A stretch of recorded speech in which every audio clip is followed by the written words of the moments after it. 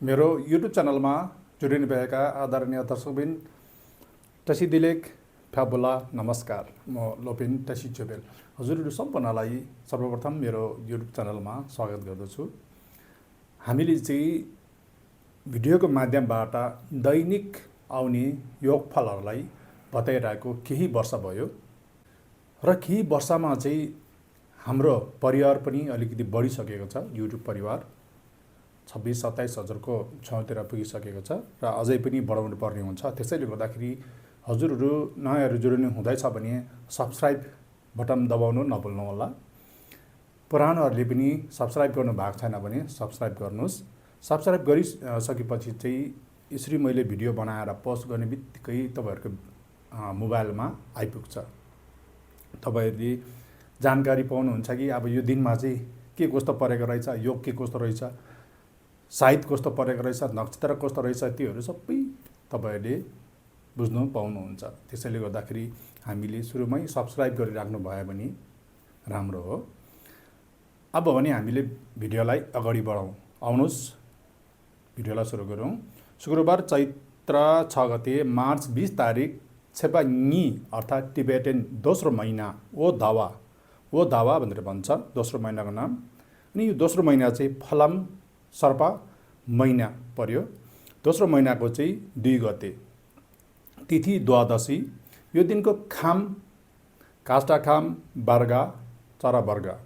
यो दिनको योग चाहिँ सा छु माटो पानी यो दुईवटा बेड भएको योग परेको छ। यो योगलाई हामीले सुख शान्ति योग भनेर भन्छौँ। योग राम्रो परेको छ। यहाँनिर सिन्धुकी भनेर भनेको छ। एकदम आनन्द हुन्छ। मनोरञ्जनहरू गर्नुको लागि राम्रो।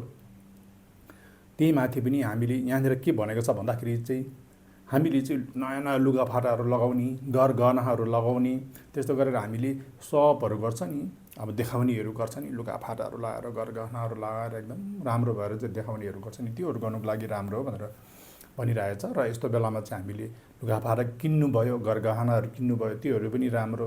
हामीले चाहिँ यो दिनमा चाहिँ विवाह गर्नु नआउनेहरू त्यस्तो केही परेको छैन। विवाह गर्नुको लागि पनि राम्रो छ। र विवाहमा पनि हामी सबैजना चाहिँ नयाँ नयाँ लुगा लगाएर चाहिँ वरवधुलाई आशीर्वादहरू दिनु जान्छौँ। त्यतिखेर हामीले चाहिँ गहनाहरूदेखि लिएर राम्रो राम्रो नयाँ नयाँ लुगाहरू लगाएर जानुको लागि एकदम राम्रो परेको छ।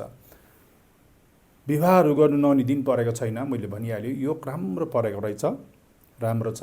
र योग राम्रो छ, नक्षत्र राम्रो छ भने चाहिँ हामीले चाहिँ आफूले चाहेको कामहरू जे गर्दाखेरि पनि राम्रो हुने भयो। हामीले घरमा पूजाआजा गर्नुको लागि पनि राम्रो हुने भयो। लुङदर लाउनु नआउने दिन छैन, लुङदर लाउनु पनि मिल्छ। राम्रो छ, सबै राम्रो छ। घरमा चाहिँ अब पूजाआजा भन्ने बित्तिकै हामीले दोमङ पढाउने, घ्याप्सी गर्नेहरू हुँदो रहेछ नि त। अलग अलग पूजाहरू हुँदो रहेछ। त्यो पूजाहरू सबै गर्नुको लागि राम्रो छ, कुनै फरक पर्दैन।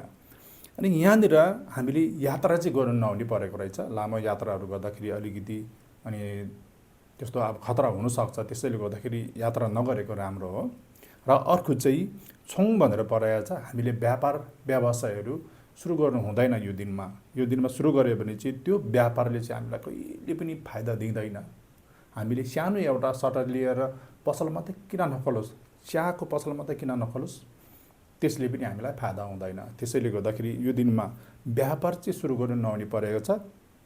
अरू सबै जे गर्दा पनि भयो, तर छेवर गर्नु चाहिँ मिल्दैन। फेरि कपाल काट्नुको लागि राम्रो छैन नि त। नत्र भए चाहिँ शुभ कार्यहरू हामीले भात खुवाइदेखि लिएर न्वारन गर्नेदेखि लिएर अनि अब घ्याउ गर्नु छ भने घ्याउ गर्नु नआउने दिनहरू परेको छैन। मृतकको दाह संस्कार गर्नु नआउने दिनहरू परेको छैन। सबै गर्नुको लागि राम्रो छ, मिल्छ। हामीले चाहिँ अनि के अरे लगानीहरू गर्नुको लागि लेनदेनहरू गर्छ नि हामीले, त्योहरू गर्नुको लागि राम्रो छ। तर व्यापार चाहिँ गर्नु हुँदैन। व्यापार गर्नु हुँदैन भन्नाले सुरु गर्नु हुँदैन भनेको नि। सुरु चाहिँ गर्नु हुँदैन, नत्र अब गरिरहेको व्यापारलाई गर्नु मिल्यो। नक्षत्र कस्तो रहेछ भन्दाखेरि नक्षत्र पनि राम्रो नक्षत्र परेको छ। ठुम्मे भनेर नक्षत्र परेको छ। यो नक्षत्र चाहिँ यो लक्ष्मी कर्मासी एकदमै चाँडै भाद्र एकदमै राम्रो 4 प्रकारको नक्षत्र छ अरे, त्योमध्ये अहिले एउटा परेको ठुम्मे भनेर। यो नक्षत्रको बेलामा चाहिँ हामीले यो गहनाहरू किन्नुको लागि भयो। त्यस्तै गरेर अब हामीले चाहिँ गहनासँगै लुगाफाटाहरू भयो है, अब सुन चाँदी हिरा मोतीहरू भन्छ नि त, त्योहरू किन्नुको लागि भयो। घडीहरू किन्नुको लागि भयो, त्यस्तो गरेर अब गाडीहरू भयो, त्योहरू किन्नुको लागि भयो, राम्रो छ। हामीले चाहिँ आफ्नो बच्चाहरूलाई चाहिँ खेलकुदतिर लगाइदिनु छ भने, यस्तो बेलामा लगाइदियो भने एकदम राम्रो सफल हुने, एकदम राम्रो परेको रहेछ। हामीले चाँडै गर्नुपर्ने कामहरू छ भने त्यो कामहरू गर्नुको लागि एकदम राम्रो भनेर चाहिँ नक्षत्रले यहाँनिर निरुवेलेनम टुबरसङ्स एकदम चाँडै गर्नुपर्ने कामहरू छ भने त्यो कामहरू गर्नुको लागि राम्रो भनेर नक्षत्रले बताउँदैछ। अब यसो हेर्दाखेरि योग पनि राम्रो छ, नक्षत्र पनि राम्रो छ। त्यस्तो गर्नु नहुनेहरू केही परेको छैन, खालि व्यापार सुरु गर्नु हुँदैन अनि लामो यात्रा गर्नु हुँदैन। त्यो बाहेकहरू सबै गर्नुको लागि चाहिँ मिल्ने रहेछ, सबै गर्नुको लागि मिल्यो, राम्रो छ। तर कपाल काट्नु हुँदैन, मैले अघि पनि भन्यो। किन भन्दाखेरि टिबेटन महिनाको 2 गते पऱ्यो नि त, यो दिनमा कपाल काट्यो भने चाहिँ नेमाङ भनेर भन्दैछ।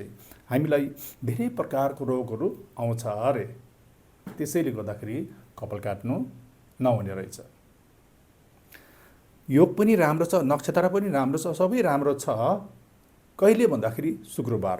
अब शुक्रबार कुन वर्गको चाहिँ घातक बार हो त, यो पनि हामीले बुझ्नु पऱ्यो नि त। घातक बार हुनेले त गर्नु भएन। हामीले केही सोच्नु भएको छ भने, ठुलो त्यस्तो कामहरू सोच्नु भएको छ भने सुरु गर्नु भएन। घातक बार हुनेले चाहिँ, अब घातक बार चाहिँ कुन वर्गलाई परेको रहेछ त भन्दाखेरि चाहिँ घातक बार चाहिँ बाघ वर्ग र खराय वर्गको चाहिँ शुक्रबार घातक बार रहेछ।